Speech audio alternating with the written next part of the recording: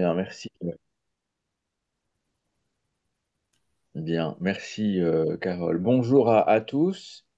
Je suis très heureux de vous accueillir au nom d'Interco de France, l'Intercommunalité de France, pour ce webinaire autour de la question du financement des SERM, qui est une question, comme vous le savez, qui est sur la table aujourd'hui et importante dans le cadre des problématiques de mobilité, à la fois pour des raisons sociétales et environnementales, comme vous le savez, et les besoins de ce dialogue entre les pôles urbains denses et puis leur environnement avec toute la diversité qu'on peut connaître sur le territoire national.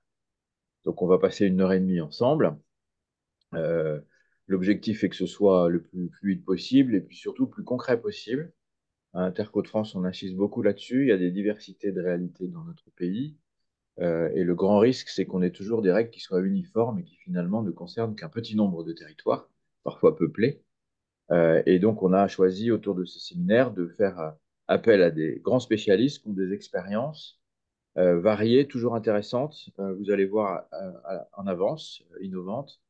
Et donc, je suis content de vous accueillir les panélistes qui sont, puisque c'est comme ça qu'on vous appelle sur mon ordinateur, enfin, en tout cas les spécialistes. Voilà. Donc, je cite d'abord Carole Repart, ce que vous voyez à l'écran, qui travaille à Intercommunalité de France et qui est euh, l'experte excellente qui nous suit sur ces questions-là, dans une période qui est compliquée parce que c'est difficile d'avoir une visibilité. On voit bien les intentions, là où ACERN a une intention qui est claire. Mais la question notamment des financements des mobilités en général est une question qui nous a beaucoup occupé ces derniers temps, suite aux travaux de la LOM. Donc je ne vais pas déployer maintenant, mais en tout cas, merci Carole de nous venir en appui. Voilà, nous accueillons aussi Anne-Cécile Imbaud de Trogoff, qui est directrice exécutive du développement des transports territoriaux de la Société des grands projets. Peut-être que vous pouvez dire 2 petits mots maintenant, avant qu'on rentre, juste pour vous présenter. Bonjour, je vous remercie de l'invitation et ravie de participer. Donc effectivement, je suis directrice du développement territorial à la Société des grands projets. C'est en fait la direction des SERM à la Société des grands projets qui a été créée à la suite de l'élargissement des compétences de l'établissement public. Merci. Nous avons aussi Jean Coldefi, qui est le directeur du programme Mobilité et Transition d'ATEC ITS France et qui est président du conseil scientifique de France Mobilité. Pareil, je vous laisse nous dire un petit mot. Oui, moi merci beaucoup de l'invitation. C'est un débat brûlant et difficile. Moi, je suis historiquement un ingénieur et un homme de terrain. J'ai passé une vingtaine d'années sur ces sujets-là, à la fois dans le privé et dans le public. J'ai officié à la métropole de Lyon. J'ai également été pendant 13 ans élu local dans le périurbain lyonnais et en interco. Et depuis une quinzaine d'années, je travaille avec un certain nombre de chercheurs pour relire les pratiques, faire de l'évaluation. En fait, qu'est-ce qui marche, pourquoi ça ne marche pas. Et, euh, et donc, c'est cette expérience-là que je vais tenter de vous partager aujourd'hui. Bien, ben, on a déjà hâte. Alors, nous accueillons aussi Jean-Michel Evin, qui est directeur du pôle mobilité de Montpellier Méditerranée Métropole. Si vous voulez bien nous dire un mot. Moi, je constate qu'il y en a qui ont chaud dans leur bureau. Ce n'est pas le cas en Pays de la Loire. Et un peu moins chaud que ces derniers temps, mais bonjour à tous. En fait, moi, je suis là en tant que représentant, on va dire, du CERM Montpellier-Méditerranée. Donc, je vais vous parler du CERM Montpellier-Méditerranée en tant que retour d'expérience locale pour ce qu'elle en est, et dans la diversité que vous avez indiquée, Monsieur le Président, et dans les perspectives qui sont devant nous. Voilà. Voilà. Et puis, enfin, nous accueillons avec grand plaisir Xavier Emono, qui est le directeur client voyageur et innovation du groupe Transdev. Bonjour à toutes et tous. Merci effectivement de l'invitation. Directeur client voyageur regroupe les fonctions de marketing et d'innovation. Et donc, l'intérêt, notamment dans mes équipes, c'est de bien comprendre les territoires et puis de dessiner la meilleure offre possible pour nos clients autorités organisatrices. Aujourd'hui, moi, je vous ferai un retour d'expérience. Ce sera complémentaire, j'imagine, du discours de Jean-Michel sur la ligne Créon-Bordeaux, voilà, qui rentre typiquement dans le cadre des SERM et notamment partager avec vous les facteurs de succès de cette ligne-là. Voilà. Merci beaucoup. Et voilà, donc moi, je suis Antoine Chéreau, je suis le vice-président de Interco de France sur les mobilités. Je suis aussi président d'une petite communauté d'agglomération au nord de la Vendée, Montaigu. Et il se trouve que je suis par ailleurs vice-président de la région des Pays de la Loire, et donc un peu à la croisée des chemins sur ces compétences. Voilà, et ces problématiques. Voilà, donc on va parler SERM, on va parler financement des SERM, et quand on parle financement, on parle forcément de deux choses que sont qu'est-ce qu'on peut faire, évidemment, avant de savoir ce qu'on finance, et puis surtout comment on gouverne, quelle gouvernance on met en place pour pouvoir gérer ce dialogue de territoire entre un territoire métropolitain, la plupart du temps, dense, et puis le territoire qui l'entoure et avec lequel les habitants entretiennent des relations quotidiennes ou en tout cas fréquentes. Alors, vous le savez, il y a eu la labellisation par l'État de 24 territoires qui ont été donc choisis comme étant le lieu du projet de ce qu'on a d'abord appelé les RER métropolitains, qui était d'abord question ferroviaire et puis qui s'est élargi à la question globale en fait des réflexions autour de ce dialogue et qui a donc conclu à une définition de territoire. Donc peut-être qu'on peut montrer, Carole, s'il vous plaît, la carte qui est euh, rapidement, parce qu'on ne va pas faire un cours, mais pour vous montrer un peu comment les choses ont été décidées. Donc ça, c'est la carte des projets labellisés. On ne rentre pas sur le détail des deux vagues, mais vous voyez qu'on est toujours, ou quasi toujours, euh, avec une question d'une ville dense, une capitale locale importante, avec la relation de son environnement, avec quelques particularités pour ceux qui sont notamment frontaliers. Là, on a parfois des conglomérats d'urbanisme dense, avec parfois des contraintes géographiques, maritimes, de montagne. Enfin voilà, donc pour vous donner que c'est une question qui est assez large et qui, enfin, en tout cas, qui touche la France tout entière dans sa diversité et qui forcément vient interroger la relation entre la région, chacune de ces régions, et puis le territoire et donc les intercos qui les enlèvent.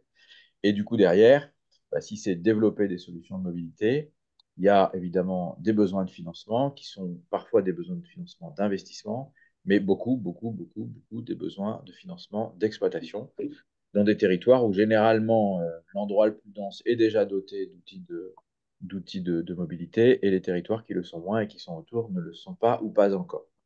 Donc on a aussi une différence de maturité dans le dialogue entre les territoires périphériques et les territoires centraux concernés par les CERN. Voilà. Alors, les régions, il y a un cadre légal qui a été fixé pour ça, qui a été fixé par la LOM, que sont les contrats opérationnels de mobilité, les COM, qui en réalité n'ont rien inventé, puisque certaines régions avaient commencé évidemment depuis très longtemps à organiser des dialogues territoriaux sur cette question-là, qui ne soient pas juste à des échelles connues de PCI. Et donc, on a déjà 18 contrats opérationnels de mobilité qui ont été conclus en France, dont 3 qui correspondent à des CERM, et donc pour lesquels on avait déjà un travail de proposition avec des fiches actions. Alors, c'est le cas chez moi autour de Nantes, où il y avait un contrat, où il y a un contrat de mobilité qui a été conclu. Et donc, on voit bien comment s'organisent les questions, comment on voit que certaines idées préconçues, notamment sur le financement, sont à prendre avec beaucoup de pincettes. Donc, on a le rôle des régions euh, qui portent le com, et puis on a le rôle des intercos. Évidemment, je me dois ici d'insister un peu là-dessus pour dire que l'interco, elle a ceci de particulier. Évidemment, il y a l'interco centrale, la métropole par exemple, mais les intercos du pourtour, elles ont ceci de particulier qu'elles sont souvent à la fois le premier et le dernier kilomètre, c'est-à-dire comment est-ce qu'on fait pour aller vers un lieu de départ de mobilité pour rejoindre la métropole, et l'inversement, quand on revient, comment est-ce que du coup on rejoint aussi son lieu de vie. Généralement, c'est moins dense aussi. Mais là encore, il y a des idées qui sont pas toujours évidentes, puisque, par exemple, le pendulaire n'est pas toujours au bénéfice de la grande ville qui est à côté. C'est le cas chez moi, il y a un territoire industriel où il y a plus de Nantais qui viennent à Montaigu que l'inverse. Et donc, les questions des équilibres se regardent toujours au regard de la réalité des territoires qui sont donnés. Interco de France avait beaucoup insisté pour avoir un discours équilibré région interco, pour que les intercos puissent prendre la compétence mobilité. Ça a été une proposition faite aussi par la loi LOM. On a des compétences mobilité qui sont disparates, un peu nord-sud en gros, selon les positions qui ont été prises par les régions de l'organisation du dialogue région-interco. Peut-être que ça peut être intéressant, mais très vite fait, Carole, de montrer la carte des intercos qui ont pris la compétence mobilité. Mais ce qu'il faut retenir, non, tu ne l'as pas. Si, voilà. Vous voyez, on a une répartition nationale qui est hyper dépendante des positions et de la manière de travailler de chacune des régions. Voilà. Si on ne veut pas polémiquer sur les raisons de cette carte-là, on dit seulement que vous voyez que c'est assez homogène par région. Dans les régions où sont majoritairement les communautés ont pris les compétences, c'est que la région a organisé le travail avec elles sur le plan de partage, et puis dans les autres régions, il y a une autre forme de relation qui a été posée. Voilà. Bon, je ne rentre pas sur ce sujet. Pour nous, c'est quand même vraiment important parce qu'il nous semble que chaque territoire qui a un bassin de vie doit pouvoir avoir son mot à dire. Évidemment, il ne s'agit pas qu'il finance tout, qu'il puisse son mot à dire dans la discussion avec les régions. En France, c'est à peu près 60% d'intercommunalités qui ont pris la compétence mobilité. Et la plupart du temps, elles sont elles-mêmes déjà dotées de pôles de soutien multimodaux, ont parfois des compétences de voirie, et souvent sont en réflexion, en dehors de la question des Serm, sur des réflexions internes de problématiques de mobilité. Je le dis parce que dans nos réflexions et nos attentions sur la question des financements, il y a évidemment un besoin très élevé de financement, notamment d'exploitation, mais on est attentif à Interco de France que les solutions qui soient trouvées ne soient pas concurrentes avec les recettes déjà existantes qui suffisent souvent déjà pas à faire en sorte qu'à l'intérieur du bassin de vie, des solutions de mobilité soient trouvées. Donc on a bien deux questions. Voilà. Si on veut que ce soit vraiment équilibré, il y a des territoires qui sont déjà dotés de transports urbains, intra-urbains ou des solutions de mobilité. Et il faut relier ce territoire-là avec d'autres qui sont souvent pas dotés. Et le pas doté ne veut pas dire d'avoir le même type de dotation que de la centralité, puisque naturellement, c'est des réalités qui sont différentes. Donc, dans les réflexions qu'on doit avoir sur les modalités de ces financements, notamment sur le fonctionnement, je le dis tout de suite, mais pour nous, c'est important de faire en sorte que ça ne vienne pas piller la ressource des territoires qui sont périphériques pour finalement organiser un pendulaire de métropolisation, alors que nous portons l'idée du partage et de l'équilibre des territoires. Voilà. Alors, vous savez que euh, un certain nombre enfin, tous ces sujets nécessitent évidemment des financements qui sont très lourds. J'insiste sur le fait que pour nous, c'est important de distinguer investissement et fonctionnement. Il y a des solutions qui ont été proposées. Vous savez, il y a notamment un rapport du Conseil d'orientation des infrastructures qui a été un peu choc, qui a proposé un certain nombre de sujets, qui a évoqué, par exemple, ce qu'on appelle la SGP, qui sont des possibilités de financement en utilisant les plus-values des fonciers qui sont rendus possibles par le fait d'être reliés avec un centre urbain plus élevé. Donc ça peut fonctionner très bien à certains endroits. Il y a un bon exemple à Lille, je crois, ou en tout cas les réflexions sont avancées. Mais dans certains cas, il n'y aura pas de plus-value, et dans d'autres, ce sera, comme je disais tout à l'heure, concurrent, même de solutions de type VM qui existent aussi sur le territoire. Voilà. Donc nous, ce qu'on dit déjà, mais l'objectif de ce webinaire est aussi d'éclairer les travaux d'Interco de France, c'est d'abord de distinguer les solutions de financement selon les territoires, essayer d'avoir les choses les plus fines possibles, pas faire de bêtises finalement, pas casser les modèles, essayer de trouver les solutions, y compris de financement, du bon mode au bon endroit, et puis travailler vraiment dans le cadre contractuel, à la fois pour avoir une gouvernance qui assure les solutions, une durabilité et un partage réel de l'enjeu, avec une vue globale, en s'appuyant sur les questions extrêmement concrètes. Alors, c'est ce qu'on vous propose aujourd'hui, de commencer par le concret. Voilà, je crois que j'ai déjà été trop long en introduction. On va passer directement maintenant au concret. Et je suis heureux de passer la parole d'abord à Jean-Michel Evin, donc, qui s'est présenté tout à l'heure et qui va nous parler de ses expériences et de ces enjeux de dialogue des territoires avec des solutions concrètes. Voilà, je vous laisse la parole avec plaisir. Merci beaucoup. Monsieur le Président. Donc, peut-être en introduction, donc dire qu'on va parler ici du CERM Montpellier-Méditerranée, que effectivement, moi, j'occupe une position à la métropole et à la ville de Montpellier sur les mobilités et l'espace public, en partie, disons ça comme ça. Donc, le principe du CERM Montpellier-Méditerranée, c'est pour tout de suite introduire et être clair là-dessus, c'est la diversité des situations qu'on a en France font que c'est qu'un retour d'expérience, comme ça a été évoqué en introduction, parmi d'autres, pour connaître un peu un certain nombre de dossiers un peu partout en France, y compris dans la dimension transfrontalière, forcément, il y a des situations qui sont très diverses. Et ça va être d'ailleurs une des complexités par rapport à la question, à la question financière, ça vient d'être dit aussi, parce qu'en fait, on n'aura pas forcément le même type de solution selon les différentes situations. Donc là, l'espace métropolitain, enfin, où on en est sur le projet CERM Montpellier-Méditerranée, donc dans la diapo suivante, on voit qu'on est très clairement, comme pour beaucoup de territoires, entre la labellisation qui a été qualifiée de dossier minute et la prochaine phase ou la prochaine grande étape qui interviendra, qui est l'étape, appelons ça, d'agrément pour faire court. Et on est clairement à Montpellier, Méditerranée, dans une démarche pour faire aussi le lien avec ce que disait Antoine Chéreau, qui articule finalement des choses qui étaient en cours avec des sujets très concrets. Par exemple, dans cette diapo, pour l'anecdote, on voit qu'on inaugure un pôle d'échange à Gignac, qui est en dehors de la métropole de Montpellier, mardi prochain. Donc, sur des sujets à la fois très concrets et en même temps sur des éléments de conception et de réflexion qui nécessitent d'avancer collectivement. Donc, c'est ce qui va m'amener à la diapo suivante pour vous donner quelques éléments d'éclairage sur le périmètre. Donc ça, on pourrait faire le lien avec la notion de bassin de mobilité, effectivement, en tout cas telle qu'elle a été arrêté ou défini au niveau régional, mais globalement, c'est un périmètre qui fonctionne aussi assez bien avec la question des flux et de l'optimisation de ce qui est regardé autour des questions de relations domicile-travail et de flux entrants et sortants autour de la métropole, mais pas que ça. C'est pour ça que dans cette première cartographie, on a la métropole et autour un certain nombre d'intercommunalités. Ça fait 8 intercommunalités qui composent le CERM Montpellier-Méditerranée, dont certaines sont des communautés d'agglomération, mais pas forcément toutes. Donc ça veut dire que vous l'avez vu tout à l'heure avec la carte sur la prise de compétences des communautés de communes. On a aussi dans ce périmètre des communautés de communes qui n'ont pas forcément la compétence. D'ailleurs, un sujet dans la loi qu'il y ait une distinction qui soit faite, parce que dans des projets qui pourraient être conduits, c'est important qu'en lien étroit avec la région, des choses puissent être aussi envisagées depuis les communautés de communes.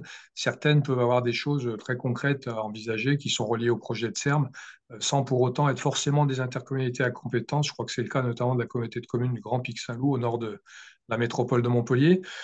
Sans être trop long, je vais quand même un peu illustrer cette particularité, enfin en tout cas les particularités qu'il y a autour de ce projet de CERM Montpellier-Méditerranée. Vous voyez à l'est de cette cartographie la communauté d'agglomération de Nîmes Métropole. Hein, tu ne vous aura pas échappé qu'on n'est pas dans l'Hérault mais dans le Gard. Donc en fait, on est un peu sur un CERM qui a deux échelles et deux dimensions, si j'ose dire. Hein. Le grand axe qui le détermine au cœur, c'est l'axe ferroviaire, hein, avec une partie du doublement de la ligne LGV qu'on appelle ici la LMNP, et avec une société de projet dédiée, hein, j'y reviendrai, parce que ça veut dire qu'il y a déjà des sujets qui ouvrent sur des problématiques de financement autour d'une question de société de projet. Donc il y a bien une double échelle, hein, c'est-à-dire que sur l'axe ferroviaire de Sète à Nîmes, pardon, en passant par Montpellier, il y a un projet collectif à établir pour améliorer en lien étroit avec la région. Enfin, je ne le dirai plus, hein, c'est clairement un tandem avec la métropole et les communautés de communes autour en collectif de travail, communauté de communes et communauté d'agglo, pardon.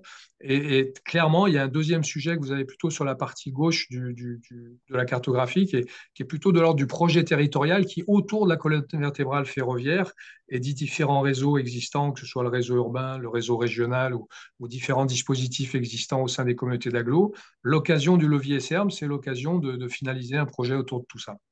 Donc peut-être on va avancer pour que je sois un peu plus précis sur ce qui figure dans le projet. Ça, c'est pour vous donner le contexte du partenariat, pas d'originalité, je pense, particulière par rapport à ce qui peut se passer peut-être à Bayonne ou à Bordeaux ou ailleurs. Mais le principe, c'est que le choix, c'est une co-animation région métropole qui est globalement assez bien validé par l'ensemble du dispositif partenarial. Ça s'inscrit dans une continuité d'études préexistantes, hein. Je réinsiste là-dessus, qu'on appelait ici les études étoiles. Il y a aussi un modèle multimodal de déplacement qui porte sur l'est du département. Il y a un certain nombre de sujets comme ça qui ont été évoqués, enfin travaillés en commun jusque-là. Il y a un cadre conventionnel qui est en train d'être, enfin, qui est prochainement délibéré du côté des membres avec la SGP et la SNCF pour nous appuyer sur cette construction de phase d'agrément. Et vous avez là le dispositif partenarial avec une place particulière pour l'État quand même qui est très proche du dispositif de pilotage parce qu'il y a vraiment un lien qui fonctionne bien avec l'État, que ce soit l'État départemental ou l'État régional dans l'appui à la démarche SERM Montpellier-Rennes. Et puis vous avez ici l'ensemble des communautés de communes et communautés d'agglo qui sont partie prenante du dispositif avec la particularité de la préexistence d'un syndicat de transport qui s'appelle Aérotransport, mais qui est en fait l'outil de transport qui gère l'interurbain pour le compte de la région dans le département de l'Hérault et qui est aussi partie prenante de la démarche. Donc tout ça, ça nous conduit à une carte SERM. Je suis volontairement assez rapide pour tenir dans le temps qui m'est imparti. Une première carte du projet SERM qui est celle que vous allez voir à l'écran à l'instant. Donc ça, en fait, si on part de ce que j'évoquais tout à l'heure sur les parties prenantes, vous avez là, en fait, l'esquisse, on pourrait dire, la pré-cartographie de synthèse de ce qu'on qualifie dans le cahier des charges du ministère de schéma d'ensemble du projet de SERM, c'est-à-dire comment on articule autour du projet ferroviaire et des réseaux préexistants avec le réseau urbain au cœur, mais quelques éléments du réseau urbain qui projettent une relation avec les communautés d'agglomération et communautés de communes autour. Comment tout ça s'articule en termes de terminus, de gares, de nouvelles haltes ferroviaires, d'aires de covoiturage, de pôles de rabattement, etc. Et donc ça, on pourrait dire que c'est un peu la checklist des différents projets qui sont sur la table de travail. Donc j'insiste juste sur un ou deux points qui sont importants de bien comprendre pour saisir quelques particularités du SERM Montpellier-Méditerranée. C'est que l'axe ferroviaire est au cœur dans une problématique ouest-est. Je sais que dans beaucoup de territoires en France, moi qui viens de Grenoble, on est sur des logiques où on est plutôt sur des schémas ferroviaires dits en étoile.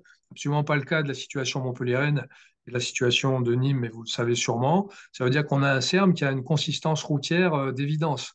C'est-à-dire que, en fait, la question du projet de SERM et de son schéma d'ensemble, c'est d'organiser quelque chose qui, autour des réseaux préexistants et en complémentarité étroite, permettent de se projeter plus loin pour assurer du report modal périurbain, du renforcement du covoiturage, des problématiques en lien avec les vélos-lignes, en tout cas c'est comme ça que c'est qualifié ici, et qui permettent d'assurer un travail de fond avec les communautés d'agglomération et communautés de communes, partie prenante de la démarche. Donc ça, c'est pour vous illustrer, si j'ose dire, peut-être qu'on pourra garder d'ailleurs cette carte parce qu'elle permettra de conserver quelque chose d'illustratif à l'écran sur d'où on parle. Mais donc, ça veut dire que le partenariat, c'est quelque chose d'ailleurs qui est intéressant à illustrer parce que avant d'arriver à Montpellier, souvent il y avait une image un peu du contexte élargi de l'espace métropolitain montpelliérain qui était pas forcément très rompu aux exercices de construction partenariale et autres.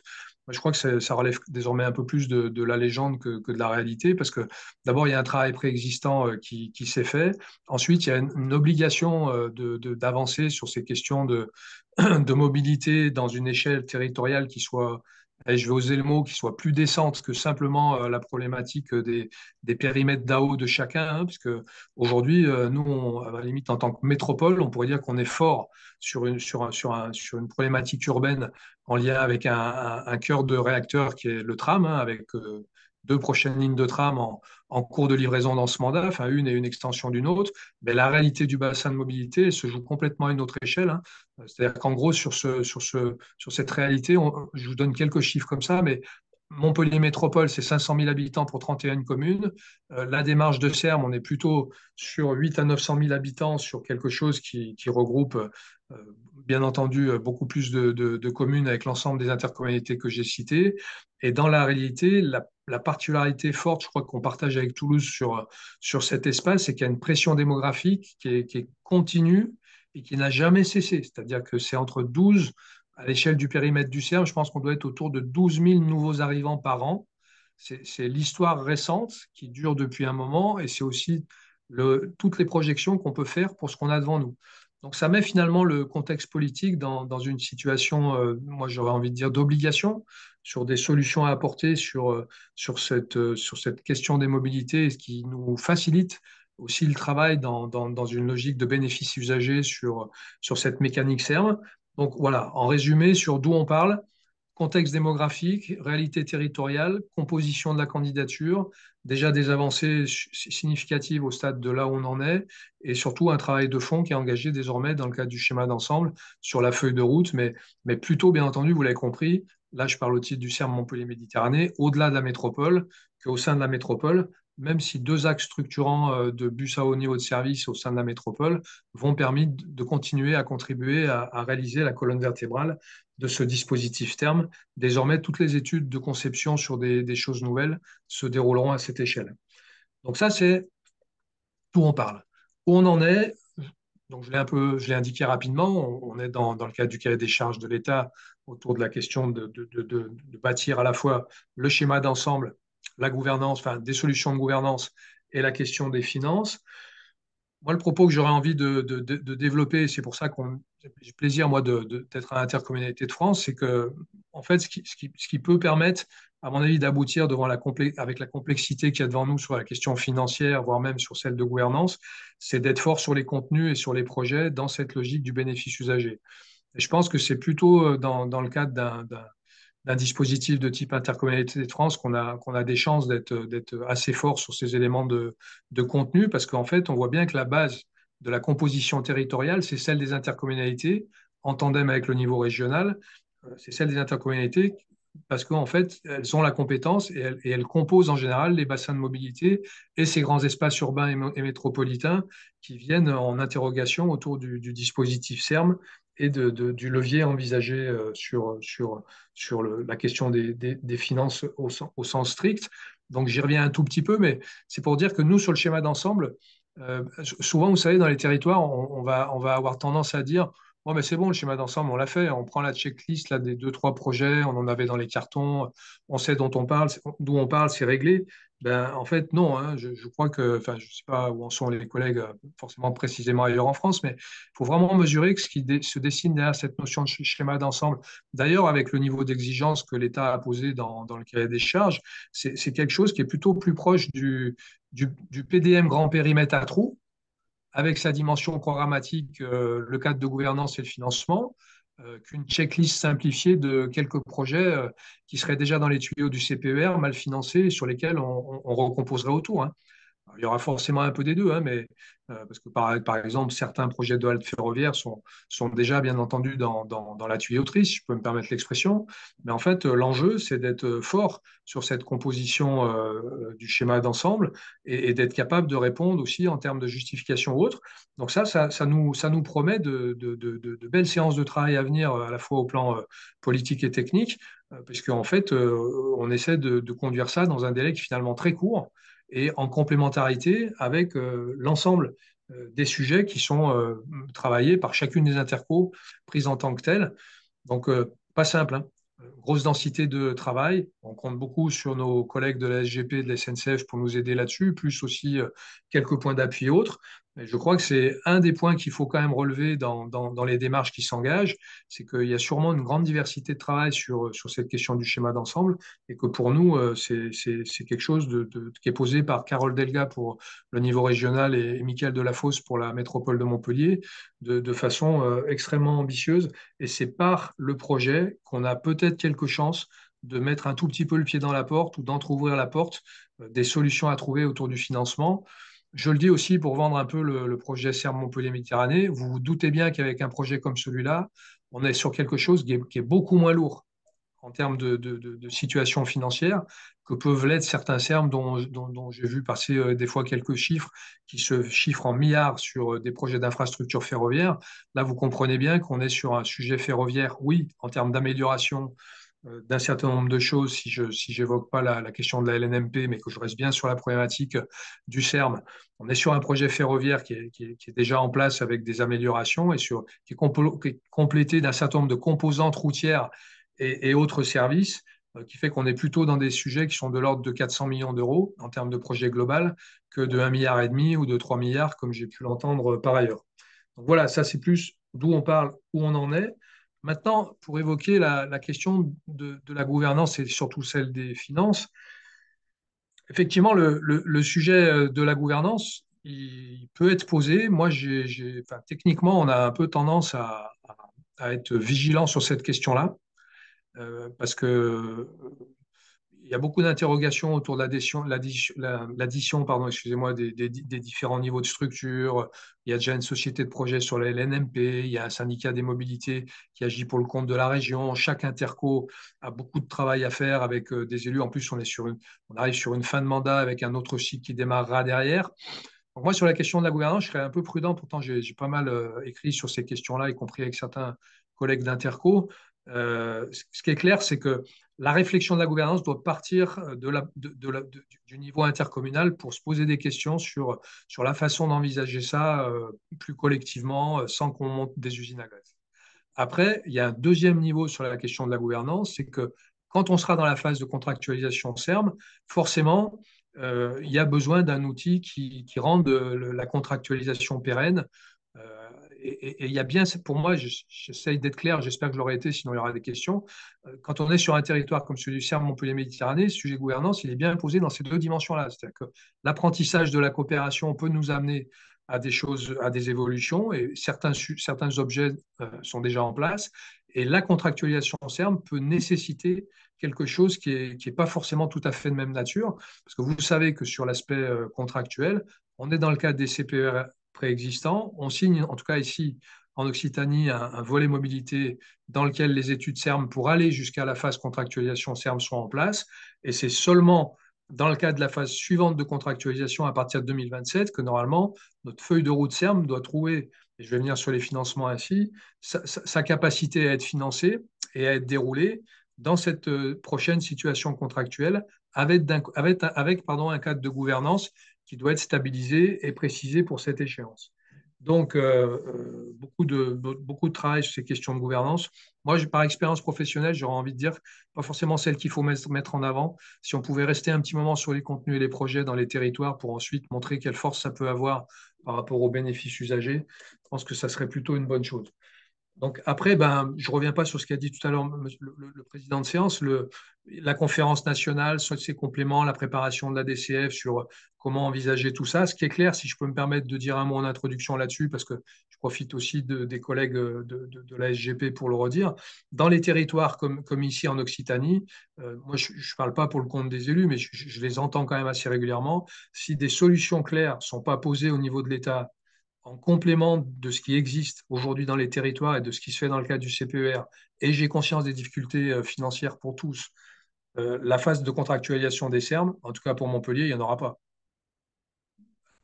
À niveau constant de ce qu'est la situation d'aujourd'hui, ça ne nous empêche pas d'avoir fait un travail à l'occasion du levier CERM qui aura permis de rapprocher les territoires pour avancer et trouver des solutions en allant moins vite pour un certain nombre de projets. Mais il est clairement attendu dans la partie financière de ces projets de CERM, qu'il y ait quelques objets de solutions, enfin quelques solutions qui soient posées et qui permettent, disons-le comme ça, d'aller plus vite et d'aller plus loin. Donc, dans ces solutions financières, forcément, il y en a un certain nombre. Je sais que Jean Coldefi est assez affûté là-dessus, donc je ne vais peut-être pas trop dévoyer sur ces sujets-là, mais soit il faut aller vers des sociétés de projet avec des choses que va peut-être raconter Anne-Céline Trogoff tout à l'heure, donc très bien, ça nous permettra d'avoir cet éclairage-là. Donc, soit on part de la problématique du projet, on réfléchit des sujets à partir de là. Je le dis tout de suite pour l'exemple montpelliérain, pas évident, parce qu'on a déjà une société de projet via la LNMP et autres dispositifs, donc ça devra s'étudier précisément. Soit on est capable de trouver au national, il y a plein de rapports qui sont sortis là-dessus. Tout à l'heure, vous avez cité un rapport, il y a aussi celui du Sénat, il y a aussi celui de TDIE, il y a ce qu'a écrit le GARD sur les hypothèses de réaffectation de ressources ou autres. En tout cas, il y a des choses qui devront être dévoyées là-dessus. Soit on part de l'existant, et il y a des sujets, je sais que mon président, pour revenir sur la partie Montpellier Métropole, est très offensif sur la question du VM, de son déplafonnement, de la combinaison au VMA, etc. Je sais que dans d'autres territoires, Ça a été porté par Nouvelle-Aquitaine Mobilité. Il y a des questions qui sont posées sur le VMA, son adossement, la manière de le faire, enfin de lui donner un peu de puissance, etc. Donc voilà, on sait que les gros paquets sont là, quoi. Réaffectation de ressources, modification ou amélioration des dispositifs préexistants ou société de projet et taxes, enfin dispositifs dédiés. Volontairement, je n'ai pas parlé de l'usager et je m'arrêterai là, mais parce que l'usager, si on veut être dans les objectifs climatiques et tenir les ambitions pour le moyen et le long terme, bah, ce n'est pas un sujet facile et on pourra en reparler par ailleurs. Voilà, voilà pour moi, pour finir rapidement, si je suis dans les Merci temps. beaucoup, c'était passionnant. C'était passionnant, à la fois très concret. Vous posez les enjeux aussi de la maturité pour la gouvernance qui m'intéresse bien. Et cette adéquation entre voilà, la légèreté des dispositifs, si j'ose utiliser ce mot-là, qui permettent d'aller plus ou moins vite selon les moyens qui sont donnés comme nécessité, tout en disant avec fermeté, s'il n'y a pas d'accompagnement sur des solutions financières, on aura appris à travailler ensemble, mais on n'aura pas fait grand-chose. Voilà, donc si je veux résumer de façon un peu brutale ce que vous avez dit, mais merci pour cette présentation. Alors, je ne sais pas si on a le temps, Carole, d'avoir une autre question, à peine sans doute. Alors, il y a pas de questions à ce stade Alors, ça dans tombe le bien. chat, donc on peut continuer. Très bien. Alors ben, maintenant, je passe la parole à Jean Coldefi. Pardon, Coldefi, c'est une erreur. C'est Donc, bon. je vous laisse la main. OK. Hop. Est-ce que vous voyez bien mon écran? Ça marche? C'est très bien, c'est très bien. OK. Non, merci encore hein, de l'invitation. Alors, je vais peut-être être un petit peu incisif. En fait, mon propos va se centrer sur la question de l'optimisation des dépenses et pas forcément sur la recherche de nouvelles recettes, puisque vous savez qu'on est quand même déjà un pays qui taxe beaucoup tout le monde et que je suis quand même très sceptique moi, sur la possibilité de trouver de manière magique des nouvelles recettes pour financer des projets parfois très, très important.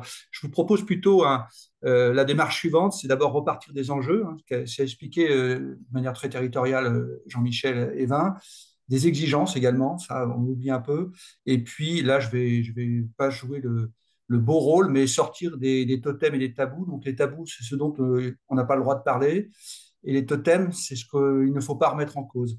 Et il y en a quand même quelques-uns dans les transports publics et qui sont assez anciens. Et je crois qu'il faut aussi se regarder pour voir comment est-ce qu'on pourrait faire mieux ou autant, enfin, en tout cas plus avec les mêmes ressources. Alors, juste pour compléter ce que disait Jean-Michel et l'illustrer de manière peut-être plus nationale, vous avez ici la répartition de la population française sur les différentes aires d'attraction des villes suivant leur taille en ligne et puis en colonne en distinguant la commune centre, la banlieue, le périurbain. C'est quoi une aire d'attraction des villes? C'est ce qui caractérise la polarisation des populations par le travail. Donc, des gens résident dans un endroit, mais travaillent souvent dans un autre, évidemment.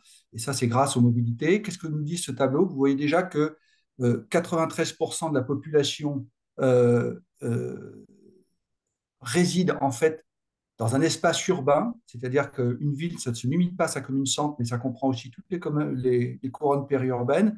Ça, c'est un premier point. Donc, 93% de la population est polarisée économiquement sur une ville et la moitié, 43 plus 7, ça fait 50%, la moitié de la population française n'habite pas dans un environnement strictement urbain. Et donc, vous voyez bien qu'on a des flux qui, évidemment, sont très importants pour cette activité liée au travail. Et bien sûr, il n'y a pas que le travail, il y a aussi la santé, le tourisme, les loisirs, etc. Et beaucoup de choses se concentrent aussi dans les villes. Vous voyez aussi le deuxième point, c'est que pour un habitant, je mets Paris à part, qui est vraiment un territoire complètement différent, pour un habitant dans la commune centre, j'en ai un autre pour les villes un peu importantes dans la banlieue, et j'en ai deux autres dans le périurbain. Deux autres. Donc on voit bien la dynamique, le gros phénomène urbain des 40 dernières années, c'est la périurbanisation. Aujourd'hui, voilà, on a plus de 40% de la population qui habite dans le périurbain en France. Et quand vous conjuguez ça avec les enquêtes annuelles sur l'usage de la voiture par ménage, vous voyez qu'un ménage dans l'aire de Paris, il fait 3350 km en moyenne par an en voiture. Et dans les autres grandes villes, vous êtes à 8500. Quand vous êtes basculé dans le périurbain, vous êtes à 18 000. Donc on voit bien, effectivement, ce n'est pas une question, j'allais dire, de comportement, Pourquoi? Parce que dans les communes-centres, il y a des alternatives à la voiture. Et quand vous êtes dans le périurbain pour vous rendre dans les communes-centres, vous avez en général très peu d'alternatives. C'est-à-dire que notre système de transport public n'a absolument pas accompagné ce phénomène de périurbanisation et ce qui conduit à ce qu'on a des centaines de milliers de voitures qui encombrent les villes tous les jours parce que c'est elles qui concentrent des aménités urbaines, économiques, culturelles, de santé, etc. Alors, ça se traduit comment? Quand vous regardez la répartition des 16% des émissions de la voiture c'est 16% des émissions de la France, vous en avez donc le périurbain en fait 3%, les premières couronnes, donc la banlieue 1%, et vous vous rendez compte que le lien aglo-périurbain, c'est un tiers des émissions de la voiture, c'est 5%, et les liens entre aires urbaines, donc entre deux pôles urbains, on va dire, c'est 2%. Donc, quand j'agglomère les deux, la moitié des émissions de la voiture en France, c'est lié aux liens périurbains agglomération et les liens entre aires urbaines. Et donc, évidemment, les solutions sont différentes suivant ces territoires. Au sein du périurbain, on est quand même dans des territoires peu denses, avec des distances pas très importantes. La voiture électrique est un très bonne solution. En première couronne, c'est sans doute vélo plus transport en public urbain qu'il faut conjuguer. La longue distance, je ne reviens pas dessus. Et notre sujet, c'est celui-là. Voiture ou vélo, plus parc relais, plus car ou train, ça va être vraiment les solutions qu'il va falloir déployer si on veut faire baisser ces émissions liées aux liens intra-aire d'attraction de ville ou entre aire d'attraction de ville. Donc la question, c'est est-ce que les CERM peuvent changer cette donne? Est-ce qu'on peut faire baisser les émissions et renforcer l'accessibilité autrement qu'en voiture pour ces liens-là? À quel coût? Et pour quel impact sur les émissions de CO2? C'est ça la question qu'il faut vraiment se poser aujourd'hui avant de plonger tête baissée dans des solutions, j'allais dire, toutes faites. Alors, trois exigences. La première chose, c'est l'adéquation entre la demande et l'offre. Donc, où est-ce que la demande est inférieure, à peu près équivalente ou supérieure à l'offre? Voilà, de combien, quand? L'idée, c'est vraiment de mettre le bon outil au bon endroit, au bon moment. Donc, les analyses qui ont été faites par Jacques Lévy, la société Transdev, dans le cadre du projet La France Habitée, montrent que pour la plupart des grandes agglomérations, on a des rapports multiplicatifs entre la demande et l'offre de transport. Je crois que sur Montpellier, on est à plus de 10 entre les flux de mobilité et les places disponibles dans les TER aujourd'hui. Donc, on voit l'écart. C'est-à-dire que quand il n'y a pas d'offre, les gens prennent leur voiture et ce n'est pas un problème de comportement éco-responsable ou pas éco-responsable. C'est-à-dire que voilà, on a quand même une structure des territoires et de l'offre qui facilite pas les choses. Le deuxième critère, c'est l'efficience économique. L'euro par passager kilomètre et l'euro public par passager par an. À combien on sort tout ça? Et l'efficience environnementale, combien de tonnes de CO2 j'évite et à quel coût? Alors, je vais vous dire, il y a plusieurs tabous là qu'il va falloir quand même qu'on le regarde en face. Moi, ça fait quand même 30 ans que je travaille sur ces sujets-là. Quand je suis arrivé à la métropole de Lyon, j'étais quand même assez fasciné de voir qu'on construisait des réseaux de transport et des offres et des grands projets avec une connaissance finalement très très faible de la demande de mobilité. Donc, il va falloir quand même qu'on travaille sur ce sujet-là parce qu'il y a des endroits où la demande est nettement inférieure à l'offre. C'est-à-dire qu'on n'a pas, sur des secteurs, on a une suroffre et d'autres, on a une sous-offre. Et sans doute, des redéploiements sont nécessaires. Le deuxième tabou, c'est que quand vous regardez, et ça, c'est des chiffres qui sont anciens, le CEREMA les a sortis il y a déjà plus de 10 ans, aujourd'hui, le transport public, et en particulier le TER, ça coûte en moyenne au passager kilomètre 50% plus cher à la société que la voiture. On est à 38 centimes versus 0,26 centimes par passager kilomètre. Et si j'intégrais les coûts externes, pollution, CO2, accidents, etc., ça ne changera rien. Je rajouterais 2 centimes d'écart entre les deux. Ça ne changerait absolument pas le diagnostic. Et enfin, le troisième tabou, c'est qu'on a un système TER qui, pour 30% des lignes, pardon, est au diesel, et on a des lignes de train qui aujourd'hui émettent plus que l'équivalent voiture. C'est quand même un peu une aberration. Donc non seulement ça peut coûter très cher, mais en plus ça émet plus. Quel est le gain pour la société? Là, je crois qu'il faut quand même qu'on se pose des questions, surtout dans la période de vache maigre en termes d'argent public que l'on connaît. Alors, quelques éléments pour affûter, préciser tout ça. Vous avez ici le coût au véhicule kilomètre de la voiture, du car, du TER SNCF et ce que j'appelle le TER des AOM, c'est-à-dire quand les AOM ont repris la main sur leur opérateur, c'est-à-dire qu'elles ont mis en concurrence leur opérateur, on a un facteur 10 à chaque fois entre la voiture, le car et le TER SNCF, et on redescend à 22 après mise en concurrence. Donc ça, c'est les résultats des premiers appels d'offres. Donc on le savait, c'est-à-dire qu'on revient à des standards plus normaux au niveau européen. Donc là, on a du grain à moudre. On parle quand même c'est-à-dire que la région sud, par exemple, multiplie par 2 le nombre de places dans les TER pour le même budget, par 2. Donc vous voyez qu'on a vraiment des gains d'efficience qui sont quand même très importants avant d'aller chercher de nouvelles recettes. Et donc vous voyez, le seuil où le transport public devient plus avantageux en euros que la voiture. Donc pour un car diesel, un car c'est 12 passagers. Un TER SNCF, c'est 140. Et un TER des AOM, on est à 90. Le taux d'occupation moyen des TER en France est de 90. Ça veut dire qu'en moyenne, tous les TER en France coûtent plus cher que la voiture, en moyenne. Donc ça rejoint le constat précédent. Un TER SNCF par heure, c'est 340 personnes et ça coûte 35 euros par kilomètre. Et vous voyez que 4 cars par heure, on est à 240 à 360 personnes si j'ai un quart de étage et ça coûte 14 euros par kilomètre. Donc on peut avoir des fréquences vis-à-vis de l'usager 4 fois supérieures, des cars au quart d'heure versus un train à l'heure, pour des coûts 2 fois et demi inférieurs, avec des capacités assez proches. Et quand on teste ça auprès des Français, avec le CREDOC a fait ça dans son enquête trimestrielle Aspiration des Français et conditions de vie, les 3 quarts des Français préfèrent l'option de lignes de transport plus fréquentes à moins fréquentes, même si elles sont moins confortables, même si elles reconnaissent que le car est moins confortable. Donc, ce n'est pas remplacer un train par un car, c'est remplacer un train par 4 cars. Et je veux dire, là, on est dans une approche gagnant-gagnant. Et le point, c'est de dire qu'il faut vraiment focaliser le train sur les liaisons à fort déplacement, à forte mobilité, sans doute à plusieurs milliers de passagers par jour. Là, j'ai mis un seuil à 4000. Quand vous regardez maintenant l'efficience environnementale, pour un TER diesel, donc je ne vais pas détailler, mais vous voyez les kilos par CO2 kilomètre des différents modes de transport, et le seuil où le transport public devient plus avantageux en émissions GES que la voiture. Un car diesel, c'est 7 personnes, un car électrique, c'est 2, un TER diesel, c'est 38 personnes, et un TER électrique, c'est 5. Donc la question, c'est vraiment, on a un certain nombre de lignes aujourd'hui au diesel, TER, qui posent de vrais soucis. Alors, j'ai fait une analyse sur une région, sur 25 lignes TER, je ne la nommerai pas, et donc je vous montre les résultats sur cette région des coûts des lignes TER au passager kilomètre. Et donc, vous voyez, des lignes qui sont au-delà de 1,60 € par passager kilomètre, c'est-à-dire que là, vous êtes au prix du taxi, en fait. Le taxi, c'est quand même un produit de luxe dans la mobilité. Et donc, dès qu'on dépasse ces niveaux-là, on est au prix du taxi. Et vous voyez que par rapport à la voiture solo ou la voiture en semaine, puisqu'elle est un peu plus occupée que la voiture seule, ben vous voyez qu'on a 4 ou 5 lignes seulement qui sont compétitives par rapport à la voiture. Toutes les autres coûtent beaucoup plus cher que la voiture. Et ça, c'est quand même quelque chose d'anormal. Là, je ne prends en compte que les coûts d'exploitation hors investissement sur l'infrastructure, puisque certaines lignes nécessiteraient des investissements.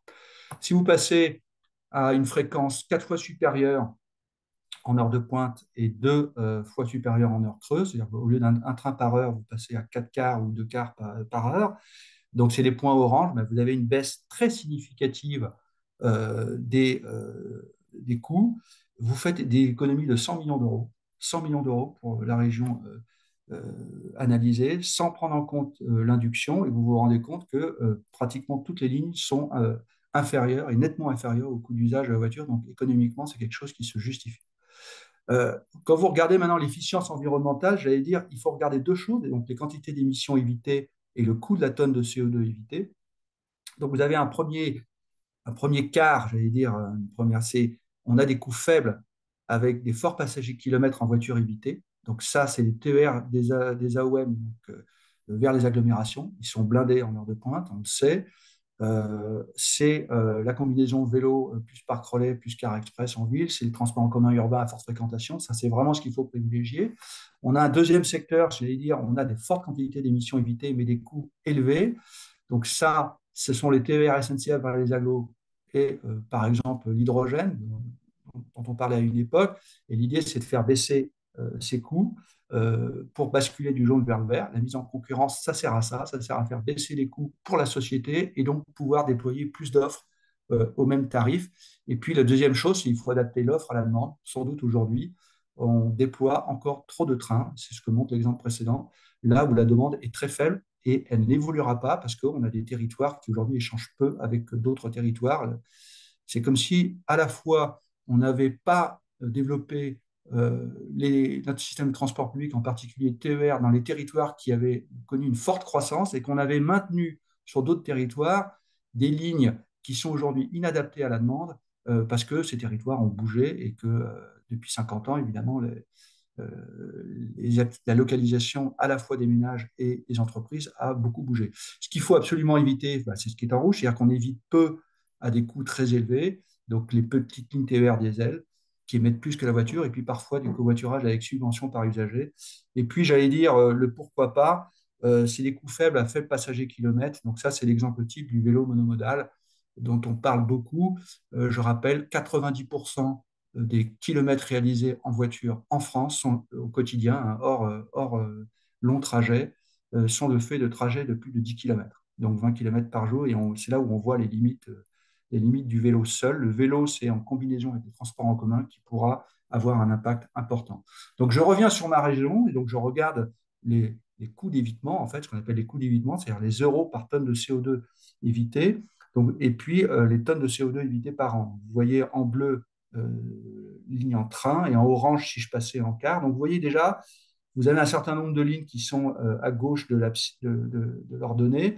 Ce sont des coûts d'évitement négatifs. En fait, on ne peut pas les calculer. Pardon.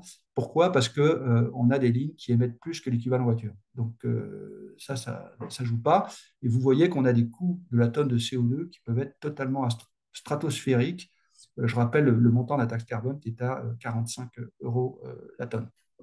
Et vous voyez que quand vous basculez en car, eh ben, vous êtes sur des solutions beaucoup plus efficientes. On a aujourd'hui le tiers des lignes qui émettent plus que l'équivalent voiture. Et on peut avoir des coûts d'évitement négatifs, c'est-à-dire que les gains privés sont supérieurs aux coûts publics. Et là, on est vraiment dans des choses particulièrement efficientes. Et ça, on y arrive avec du car. Voilà. Alors, comme on ne sait pas très bien ce que c'est qu'une tonne de CO2, j'ai fait un petit exercice. J'ai converti la tonne de CO2 en équivalent voiture en prenant une voiture du périurbain qui fait 18 000 km par an. Donc, vous avez à la fois le nombre de voitures évitées par an en abscisse et le coût de la voiture évitée. Donc, vous voyez qu'on a une ligne, on pourrait payer une Tesla neuve à tous les rares usagers de cette ligne.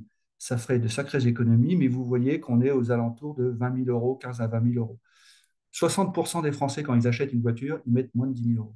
Donc, c'est là où on se rend compte qu'on a quand même un décalage particulièrement important entre l'efficience, j'allais dire, qui est admise par tout le monde. Les ménages font attention. Et dans ce secteur des transports publics, souvent, aujourd'hui, on ne compte plus, en tout cas pas assez. Et sans doute, on en a, j'allais dire, un peu sous la pédale, c'est sans doute la bonne nouvelle, pour faire des économies et pouvoir redéployer des moyens là où sont les besoins. Voilà. En synthèse, voilà, je récapitule. Hein, la moitié des émissions de la voiture, ça provient des émissions périurbaines et des liens entre pôles. Les performances économiques et environnementales du train SNCF peuvent être faibles parce que la demande ne justifie pas toujours la mise en place du train. On a des coûts du train, du monopole qui sont importants, qui donc limitent les fréquences et la fréquentation. Un tiers des circulations TER sont au diesel. Donc, vraiment, la chose essentielle à faire, c'est avant de déployer des solutions, il faut analyser la demande. Ça, c'est vraiment important. Il faut mettre un peu de jus de cerveau et de ressources pour connaître plus précisément la demande.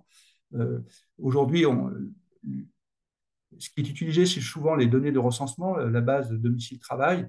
Voilà, je rappelle qu'aujourd'hui, 20% des gens sont en télétravail, pas mal de gens sont en horaire décalé, des gens ne sont pas tous à temps complet.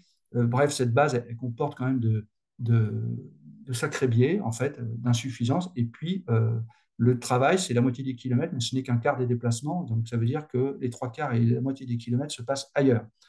Donc ça, c'est vraiment essentiel. Il faut faire baisser les coûts du train. Donc la mise en concurrence, c'est très important pour ça. Et puis, il ne faut pas hésiter à utiliser la route comme vecteur de report modal.